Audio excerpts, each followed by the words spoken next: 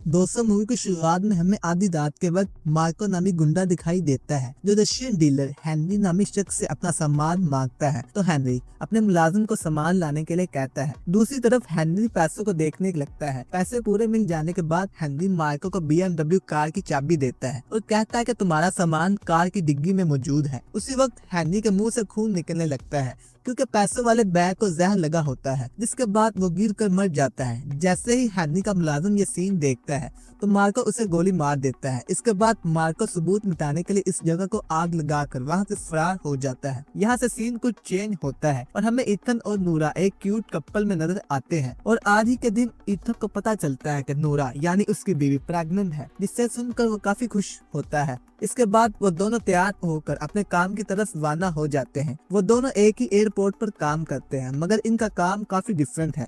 Airport पर पहुंचने के बाद नूरा ईथन को बाय बाय करके अपने काम पर चली जाती है और ईथन भी अपने काम पर रवाना हो जाता है। उसी दौरान ईथन सिक्योरिटी गार्ड वाले कमरे में दाखिल होता है। जैसे ईथन कमरे में दाखिल होता है तो इससे लेट आते देखकर सुपरवाइजर यानी जैक काफी नाराज हो जाता है। फिर जैक सारे सिक्योरिटी गार्ड को आज के दिन काम के लिए बताता है और साथ ही उन्हें अलर्ट होने के लिए भी बताता है, जिसके बाद सभी अपने अपने काम पर रवाना हो जाते हैं। उसी दौरान ईथन जैसन से कहता है कि यार मैं प्रमोशन लेना चाहता हूँ। तो जैसन उसे जैक यानी सुपरवाइजर से बात करने के लिए कहता है। इसके बाद ईथन जैक से अपनी प्रमोशन के बारे में बताता है। पहले तो जैक नहीं मानता, लेकिन जैसन के कहने पर वो मान जाता है और ईथन की दरख्वास्त एक्सेप्ट कर लेता है। इसके बाद हम माइकल नाम के एक शख्स को देखते हैं, जिसने एक शख्स को कैद किया होता है, जहाँ हमें यह भी पता चलता है कि वो एक हैकर है और इसने एयरपोर्ट के सारे कैमरे हैक कर लिए हैं। जहां हम ये भी देखते हैं कि माइकल ने अपने एक आदमी को जैसन के घर भेजा है इसकी फैमिली को उठाने के लिए। लेकिन इसी दौरान माइकल हैरान रह जाता है क्योंकि जिस जगह पर जैसन को होना चाहिए था उस जगह पर ईथन मौजूद होता है। इसी दौरान मार्को माइकल को ईथन की फैमिली के बारे में जानकारी के लिए कहता है और साथ ही कहता है कि ये काम आज ही हो जाना चाहिए। कि एक लड़की ईथन को माइक देकर वहाँ से चली जाती है। उसी दौरान ईथन को एक मैसेज वसूल होता है जहाँ ईथन को एयरफोन लगाने का कहा जाता है। ये देखकर ईथन काफी हैरान रह जाता है। जैसे ईथन एयरफोन लगाता है तो मार्को उसे धमकी देता है कि अगर तुम्हें अपनी जान प्यारी है तो जो मैं कहता हूँ वो चुप करके करते जाओ, वरना तुम तो जान से जाओगे ही, साथ ही अपनी बीवी को भी गवा बैठोगे। जिसे सुनकर ईथन काफी परेशान सा दिखाई देने लगता है। उसी दौरान ईथन पुलिस को कॉल लगाता है तो मार्को उसे कहता है कि कॉल काट दो,